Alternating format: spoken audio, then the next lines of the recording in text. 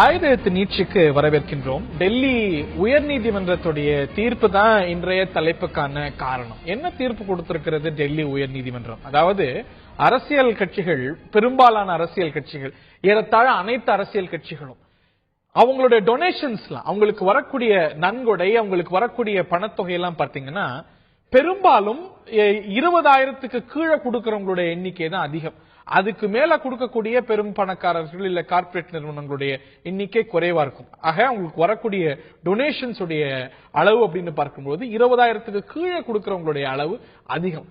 ஏன் அப்படின்னு பார்க்கும்போது இதனது பின்னணியும் சேர்த்து பார்க்கணும். 20,000க்கு மேல வரக்கூடிய தொகைக்குத்தான் அவங்க டோனர்ஸ் யாருன்னு காட்ட வேண்டியிருக்கும். அதுக்கு கீழே வரும்பொழுது யார் யார் கொடுத்தாங்கன்னு விளக்க வேண்டிய அவசியம் இருக்காது.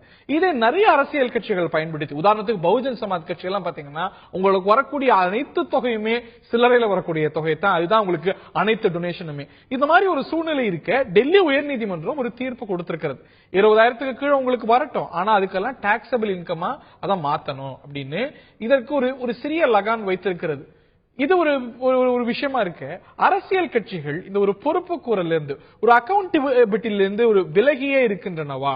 அதுவும் ஒரு தகவல் அறியும் உரிமை சட்டத்துக்கு கீழே வரணும் அப்படிங்கிற ஒரு ரூலிங் வந்தபோது அனைத்து அரசியல் கட்சிகளும், எல்லா விஷயத்திலும் வேறுபட்டிருக்கக்கூடிய அரசியல் கட்சிகள் இதுல கைகோர்த்து எதிர்க்கின்றன. ஒரு அக்கௌண்டபிலிட்டி, ஒரு பொறுப்பு குரல்ல விரும்பாதவையாகவே இந்தியாவில் இருக்கக்கூடிய அனைத்து கட்சிகளும் இருக்கின்றனவா, இல்ல ஏறத்தாழ அனைத்து கட்சிகளும் இருக்கின்றனவா? கேட்போம்.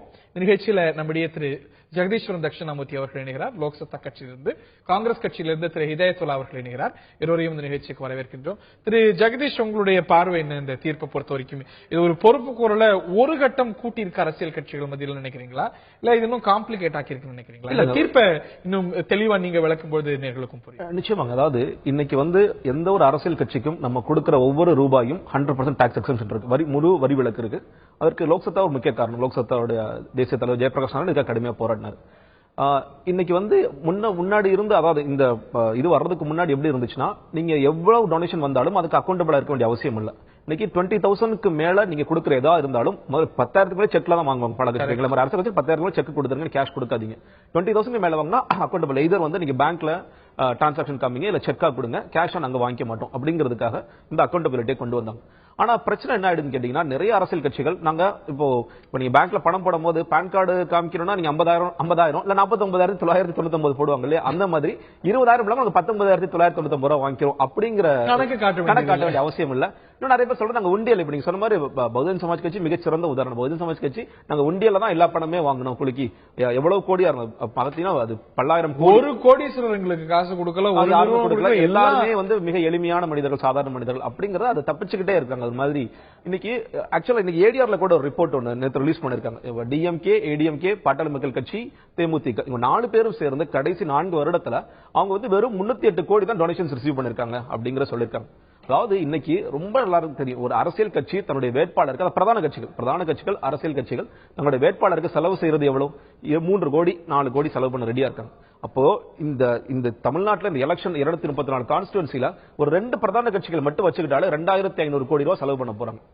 ரொம்ப சாதாரணமா, ரொம்ப யதார்த்தமா எல்லாருமே இப்போ நீங்க நேர்காணல என்ன கேட்கப்படுது, எவ்வளவு செலவு பண்ண முடியும், எத்தனை கோடி செலவு, எல்லா கட்சிகளும் ஜாதி பத்தி ஜாதி ஓட்டு இருக்கா, இன்னொரு எவ்வளவு செலவு பண்ண முடியும் அப்படிங்கறதா இன்னைக்கு இருக்கு.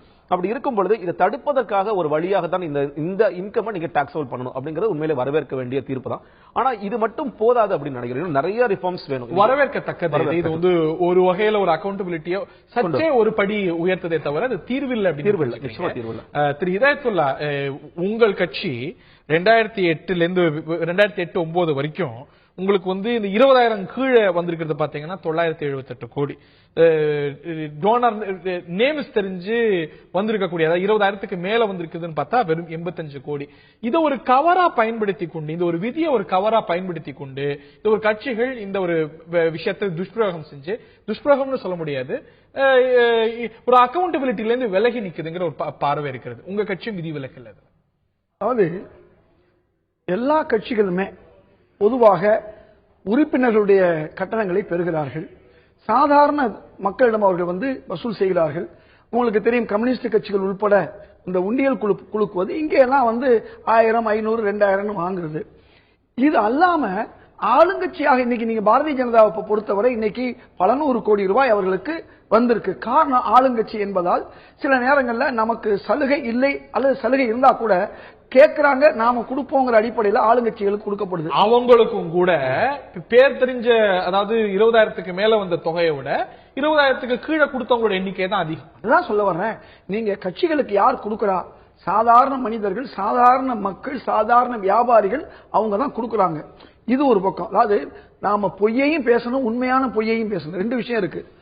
எப்படி உண்மையான உண்மைன்னு ரெண்டு இருக்கு இல்லையா? அது மாதிரி பொய்யையும் பேசணும், உண்மையான. ஏன்னா மக்கள் எல்லாருக்கும் எல்லா விஷயமும் தெரியும். யாருக்கையாவது நீங்க போய் ஓட்டுக்கு பணம் வாங்கினேன்னு கேட்டா தமிழ்நாட்டுல ஒருத்தர் கூட நான் வாங்கினேன்னு சொல்லவே மாட்டாங்க. வாங்கலைன்னு சொல்லுவாங்க. யார் கேட்டா சொல்லுவாங்க? பேசிக்கும் போது பக்கத்துக்கு இலவசம் வந்துருச்சு, எனக்கு இலவசம் போராட்டம் நடக்கக்கூடிய நிலை வந்தாச்சு. அப்ப இப்படிப்பட்ட ஒரு சூழல்ல பெரும்பாலான கட்சிகள் சாதாரண மக்களிடம் வியாபாரிகளும் வாங்குறதுனால, உறுப்பினர்கள்ட்ட வாங்குறதுனால, இப்ப நான் ஒரு ஏஐசிசி மெம்பர், நான் எனக்கு இத்தனை ஆயிரம் ரூபாய் கட்டணும் வருஷத்துக்கு எனக்கு சொல்றாங்க. இது அல்லாம சாதாரண உறுப்பினர்கள் இவ்வளவு கட்டணும் இருக்குது. அதனால பொதுவா எல்லா பெரிய கார்ப்பரேட் கம்பெனிகள் கொடுப்பது இல்லை. கொடுக்கக்கூடிய பணம் இந்த மாதிரி அரசியல் கட்சிகளுக்கு, சாதாரண கட்சிகள் தான் கொடுக்குது. ஆனா அதே நேரத்தில் பகுஜன் சமாஜ் கட்சிக்கு எல்லாமே சாமானியர்கள் தான் கொடுத்திருக்காங்க. 5 ரூபாய், 10 ரூபாய், 2 ரூபாய், 1 ரூபாய் தான் கொடுத்து அவங்களுடைய ஒட்டுமொத்த டொனேஷன் அப்படிதான் வருது. அவர் சொன்னது போல தமிழ்நாட்டில் திமுக, அதிமுக, பாமக, இல்ல தமிழ்நாட்டில் இருக்கக்கூடிய அத்தனை கட்சிகளும் சேர்ந்து கிடைச்சிருக்கக்கூடிய டொனேஷன் வெறும் 308 கோடி. ஏத்துக்கிறீங்க இல்லையா? அதாவது நான் ஏற்கனவே ஒரு விஷயம் சொல்லிட்டேன். எல்லா துறைகளும், எந்த துறையுமே கணக்கில் வரக்கூடியது, கணக்கில் வரக்கூடாதுன்னா இருக்கத்தான் செய்யுது. அரசியல் அதுல ஒண்ணு விதிவிலக்கல. நான் உண்மையை சொல்லித்தான் ஆகணும். அதே நேரத்தில் அரசியல் கட்சிகள், இப்ப உதாரணமா நான் கேட்கிறேன், இந்தியாவுடைய தேர்தல் கமிஷன் என்ன சொல்லுது? இன்னைக்கு 25 லட்சம் ரூபாயிலிருந்து 28 லட்சம் உயர்த்தி இருக்கு. நான் 89ல தேர்தல் நிற்கும் போது 5 லட்சத்துக்குள்ள செலவு பண்ணு சொல்லக்கூடிய காலம் இருந்துச்சு.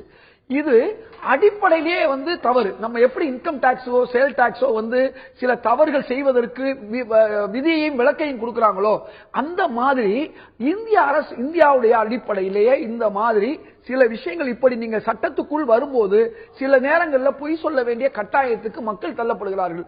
இதுல அரசியல் கட்சிகள் மட்டும் இத எலெக்ஷன் கமிஷன் என்ஃபோர்ஸ் தான் செய்ய முடியும், விதிகளுக்கு உட்பட்டு நடக்க தான் முடியும். இதுல தேர்தல் ஆணையமே அரசு எல்லா வேட்பாளர்களுடைய செலவையும் ஏற்றுக்கக்கூடிய ஒரு நிலை இதெல்லாம் உருவாக்க வேண்டியது அரசு, பாராளுமன்றம். அதை செய்ய பொலிட்டிக்கல் இல்ல. நாளுக்கு நாள் உருவாகும். நீங்க முன்பு கள்ள ஓட்டு எளிதா போட முடியும். நான் முடிச்சுக்கிறேன். கள்ள ஓட்டு எளிதா போட முடிஞ்சு, இப்ப போட முடியல. நாளுக்கு நாள் ஐடென்டி கார்டு வந்துருச்சு. அதே மாதிரி இன்னைக்கு இத்தனை லட்சம் 3 நாளைக்குள்ள இன்னைக்கு தேர்தல் கமிஷன் என்ன சொல்லியிருக்குன்னு சொன்னா, ஒரு சட்டமன்ற வேட்பாளர் 3 நாளைக்கு உள்ளவர் தன்னுடைய கணக்கை கொடுக்கணும்.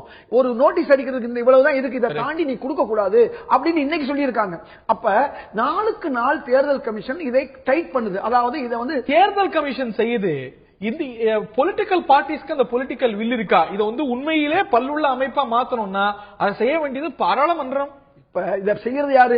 TN சேஷன்ல இருந்து இன்னைக்கு வரையும் கடுமையா செய்யணும்னு நினைக்கிறதும் செய்வதும் தேர்தல் கமிஷன். அது நடக்குதா இல்லையாங்கிறது வேற விஷயம். அவங்க சத்துக்கு உட்பட்டு செய்யறாங்க. சத்துள்ளதா இன்னும் பல்லுள்ளதா மாத்தணும்னா செய்ய வேண்டியது. தமிழ்நாட்டுல போஸ்டர் கிடையாது, தமிழ்நாட்டுல சுவர் விளம்பரம் கிடையாது. இதெல்லாம் குறைஞ்சிருக்கு இல்லையா? இது மாதிரி நாளொரு மேனியும் பொழுதொரு வண்ணமாக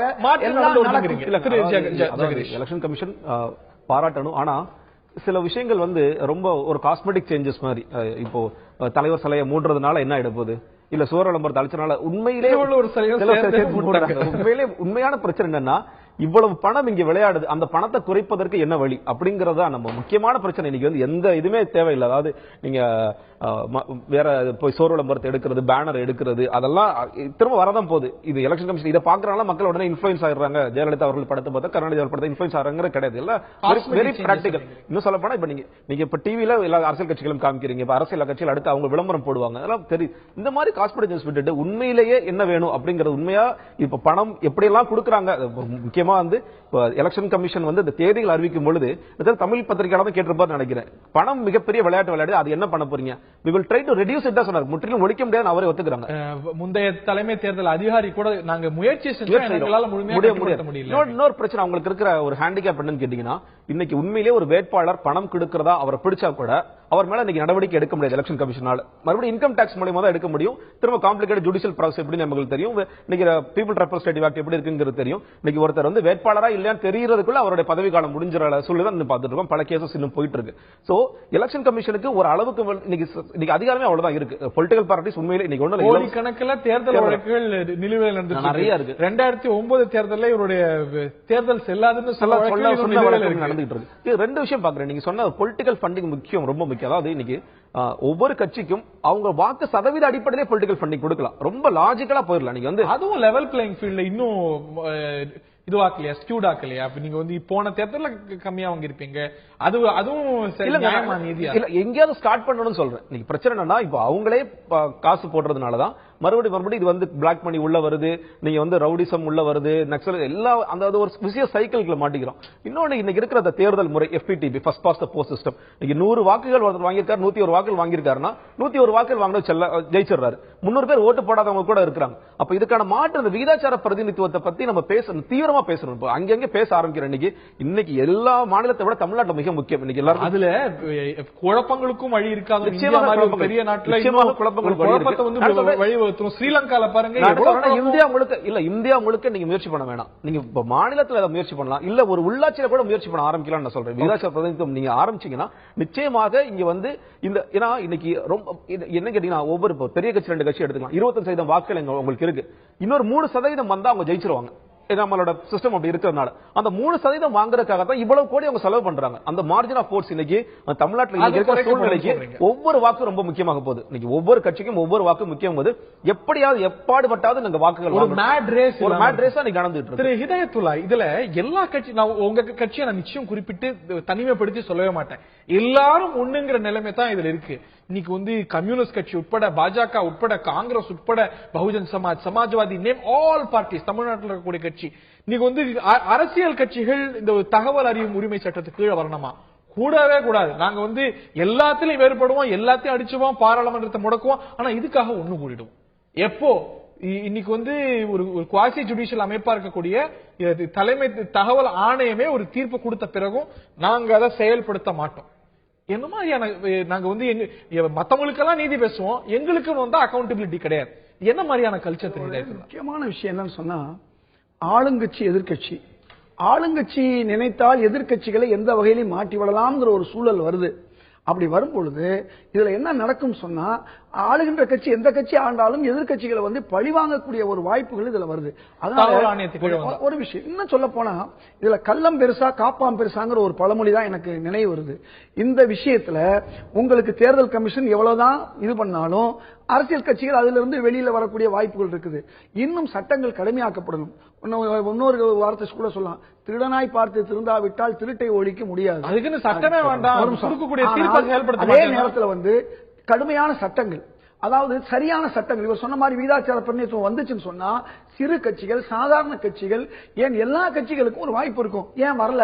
அப்ப வெறும் நீங்க அரசியல் கட்சியை மட்டும் குறை சொல்ல முடியாது, ஆட்சி முறை மட்டும் சொல்ல முடியாது. அரசியல் சட்டங்களில் நமக்கு திருத்தங்கள் வேணும்.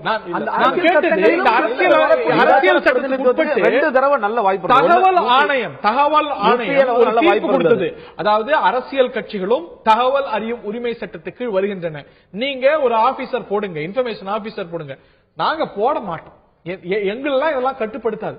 ஆஃப்டர் அ ஜட்ஜ்மெண்ட், ஆஃப்டர் ஒரு அமைப்பு வந்து ஒரு உத்தரவு கொடுத்த பிறகு நாங்க போட மாட்டோம்னு எல்லாரும் சேர்ந்து அதை எதிர்த்தா எப்படி நாளைக்கு இன்னொரு துறை செஞ்சிடலாம்ல? தகவல் அறிமை ஒரு டாக்குமெண்ட் கொடுன்னு நாங்கெல்லாம் பண்ண மாட்டோம் அப்படின்னு ஒரு துறை நாளைக்கு, அரசு துறை நாளைக்கு செய்ய மாட்டேன்னு சொல்லிச்சுன்னா நீ இப்படி எடுத்துட்டு போங்க. எந்த வேட்பாளரும் தகுதியான திறமையான வேட்பாளருக்கு அவர் செலவு பண்ண வேண்டியதே இல்லை. ஊடகங்கள் மூலமாகத்தான் இது நடக்கும்.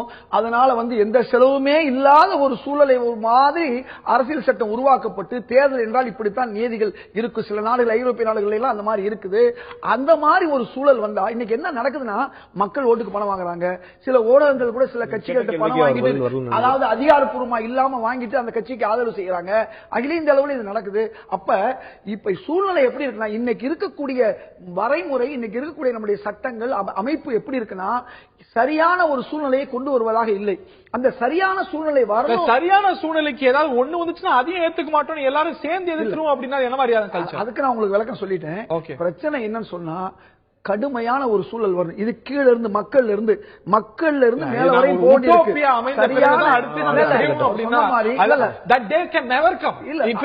சொல்ல முடியாது.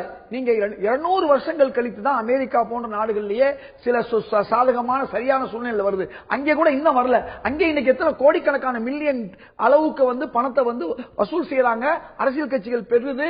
அது அங்கேயும் தவறு நடப்பதாக நமக்கு வந்துகிட்டு இருக்கு. எதுக்கு சொல்ல வரேன்னா, ஒரு முறைப்படுத்துதல் என்பது காலங்காலமா வரணும். ஒரு டிசிப்ளினரி டெமோக்ரசி மாதிரி ஒரு இந்தியால வந்துச்சுன்னு சொன்னா தான் இதெல்லாம் நடக்குமே ஒழிய அதுக்குள்ள ஒரு தலைமை வரணும். அப்படிப்பட்ட தலைமை வரும்போது இறுதியான கருத்து விகிதாச்சார பிரதிநிதித்துவத்துக்கு 2 வாய்ப்புகள் இருந்தது. யூபிஏ இரண்டாவது அரசாங்கம் அமையும் போது ஒரு வாய்ப்பு இருந்தது, அது தவறு விட்டாங்க. இப்ப பிஜேபி இந்த வாய்ப்பு இருக்கு, தவறு விட்டாங்க. இது மாநில அரசியல் கட்சி. இப்ப கூட திமுக வந்து எப்பொழுதெல்லாம் வந்து ஆட்சியில் இல்லையோ அப்பெல்லாம் விகிதாச்சார பிரதிநிதித்துவம் எடுத்து பேசுவாங்க. அண்ணா அன்னைக்கே சொன்னாரு. ஆனா நீங்க ஆட்சிக்கு வந்தா அதை மறந்துடுவாங்க. பிரச்சனை அதுதான். உண்மையிலேயே விகிதாச்சார பிரதிநிதித்துவம் வரணும் அப்படின்னு ஒரு வில் இன்னைக்கு கிடையாது. இன்னொரு பிரச்சனை, ஆர்டிஐ பத்தி கேட்டீங்க. ஆர்டிஐ பத்தி திரும்ப கேட்டீங்க, அவர் வந்து வேற பதில் தான் சொல்லிட்டு இருந்தாரு. ஆர்டிஐல என்னைக்கு இவங்க வரதுக்கு தயாரா இருக்கிறாங்களோ அப்பதான் உண்மையில, அதாவது இன்னைக்கு பிரச்சனை அரசியல் ரொம்ப பிரம்மாண்டம் ஆயிடுச்சு. அரசியல் வந்து எளிமைப்படுத்தணும். அதுக்கு மக்களுக்கும் ஒரு சின்ன பங்கு இருக்குன்னு நினைக்கிறேன். இப்போ ஐயா சொல்லும் போது சொன்னாங்க, நாங்க வந்து வணிகர்கள் கொடுக்குறாங்க, பொதுமக்கள் எங்கிருந்து போறாங்க, தனக்கு வேண்டியவர்களை தான் ஆர்டிஐலையும் போடக்கூடிய ஒரு சூழ்நிலை போடாமையும் கடந்த இப்ப தமிழ்நாடு அரசாங்கத்தை பாத்தீங்கன்னா எல்லாருமே தமிழ்நாடு அரசு தான் நியமிக்குது. ஆட்சி வேலை செய்யாத ஒரு சூழல் கூட வந்துச்சு. அதனால எல்லாமே ஒன்றை சுற்றி ஒன்று இருக்கு. அரசியல் கட்சிகள் ஏன் போடல அப்படிங்கறத கேள்வி. அதாவது இன்னைக்கு ஆர்டிஐ மாதிரி இன்னைக்கு அரசியல் ரொம்ப ரொம்ப வந்து பிரம்மாண்டம் ஆயிடுச்சு. எளிமைப்படுத்த வேண்டிய ஒரு கட்டாயத்தில் இந்த எளிமைப்படுத்துறதுக்கு முதல்ல அக்கௌண்டபிலிட்டி, டிரான்ஸ்பரன்சி. நிறைய நேரத்தில் ஆர்டிஐ எப்படி தவறா புரிஞ்சுக்கிறாங்கன்னா, நீங்க ஏன் எல்லாத்தையும் கேக்குறீங்க, நாங்க எவ்வளவு கஷ்டங்கள். நான் ரொம்ப சாதாரண இங்கிலீஷ் சொல்லணும்னா, we are only asking transparency, not nakedness. நான் வந்து எல்லாத்தையும் காமிக்கணும் நீங்க அவசியம் இல்ல. டிரான்ஸ்பரண்டா இருங்க. உங்களுக்கு என்ன ஃபண்டிங் எவ்வளவு எவ்வளவு ஃபண்டிங் வருதுங்கிறது வெளிப்படையா இருங்க. நீங்க உங்களோட மீட்டிங்ஸ் பத்தி நாங்க யாரும் கேட்கல. மீட்டிங்ஸ் என்ன நடந்துச்சு, இந்த வேட்பாளர் எப்படி தேர்வு பண்ணீங்க, அது ரொம்ப சிம்பிளான விஷயங்கள் ஆரம்பிங்கன்னு சொல்றோம். ஆனா அதுக்கும் அவர்கள் தயார்கள். பிரச்சனை என்னன்னா, நீங்க மறுத்தாலும் மறுக்காட்டியும் கருப்பு பணம் திரும்ப விளையாண்டுட்டு இருக்கு. அது விளையாடுற வரைக்கும் இந்த ஃபண்டிங்ல பிரச்சனை. அதுதான் தொடர் அச்சமாகவும் தொடர் பிரச்சனையாகவும் இருக்கிறது. இந்த உயர்நீதிமன்றத்துடைய தீர்ப்பு ஒரு சிறிய தீர்வாக இருக்க முடியும். ஆனால் நம்ம ஒரு வெளிப்படைத்தன்மையும் அரசியல் கட்சிகள் மத்தியில் இந்த ஒரு பொறுப்பு குரலையும் ஒரு கண்ணியமான ஒரு தேர்தல் நடக்கக்கூடிய சூழலுக்கும் இன்னும் வெகு தூரம் போக வேண்டியிருக்கிறதோ அப்படிங்கிற ஒரு அச்சம் தான் எல்லாத்தையுமே இருக்கிறது. I think everybody shares this concern. நிகழ்ச்சியில் பங்கு கொண்ட விருந்தினர்கள் இருவருக்கும், பார்த்த நேயர்களுக்கும் நன்றி, வணக்கம்.